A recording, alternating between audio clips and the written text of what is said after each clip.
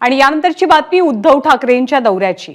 उद्धव ठाकरे आज आणि उद्या यवतमाळ वाशिम लोकसभा मतदारसंघाचा दौरा करतील। या 2 दिवसात उद्धव ठाकरे एकूण 4 सभा घेणार आहेत।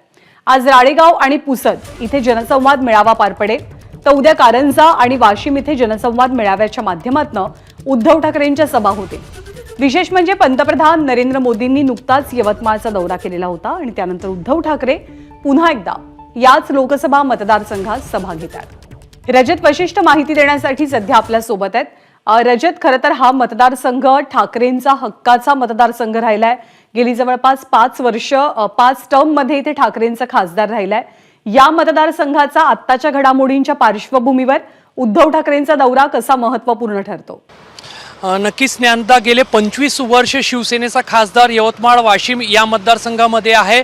मात्र जेव्हा शिवसेनेमध्ये ऐतिहासिक फूट पडली त्याच्यानंतर कुठेतरी शिवसेना उद्धव बाळासाहेब ठाकरे जो गट आहे त्यांच्यासमोर मोठं आव्हान या मतदारसंघामध्ये निर्माण झालेलं आहे। अगदी खासदार भावना गवळी असतील किंवा जे शिवसेनेचे मातब्बर नेते आहेत संजय राठोड, दोघांनीही एकनाथ शिंदे यांच्यासोबत जाणं पसंत केलं आणि त्यांच्यासोबत संघटनेतील महत्त्वाचे पदाधिकारी सुद्धा एकनाथ शिंदे यांच्यासोबत गेले।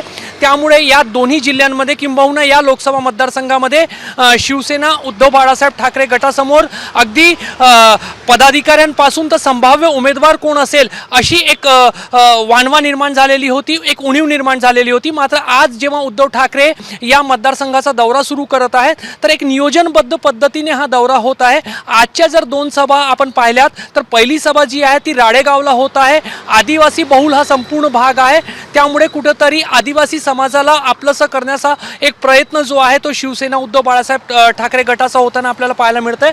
आणि जी आजची दुसरी सभा आहे ती पुसदमध्ये होत आहे।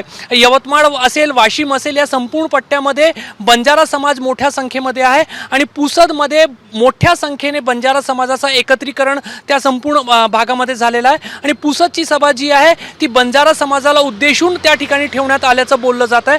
त्यामुळे कुठेतरी नियोजनबद्ध पद्धतीने उद्धव ठाकरे यांच्या या दौऱ्याची आखणी करण्यात आलेली आहे। उद्या परत कारंजा आणि वाशिममध्ये सभा होणार आहे। त्यामुळे एकच लोकसभा मतदारसंघामध्ये 2 दिवसांमध्ये उद्धव ठाकरे यांच्या 4 सभा होत आहे। आणि नक्कीच गेल्या 25 वर्षापासून जो मतदारसंघ आपल्या हातात होता, आपल्या पक्षाकडे होता, तो अशा सोप्या रीत्याने विरोधी गटाकडे, विरोधी पक्षांकडे जाईल याची कुठेही त्यांच्याकडे तो मतदारसंघ जाईल अशी परिस्थिती निर्माण होऊ द्यायची नाही। आणि याच अनुषंगाने उद्धव ठाकरे प्रयत्न करताना दिसत आहे। आज पहिली सभा जी आहे ती राळेगावला होणार आहे। 10 वाजताच्या सुमारास नागपुरात उद्धव ठाकरे यांचं आगमन होईल आणि त्यानंतर या दौऱ्याला सुरुवात होईल। ज्ञानदा, धन्यवाद रजत। या दौऱ्यासंदर्भातले अपडेट्स वेळोवेळी जाणून घेत राहू। एबीपी माझा, उघडा डोळे बघा नीट।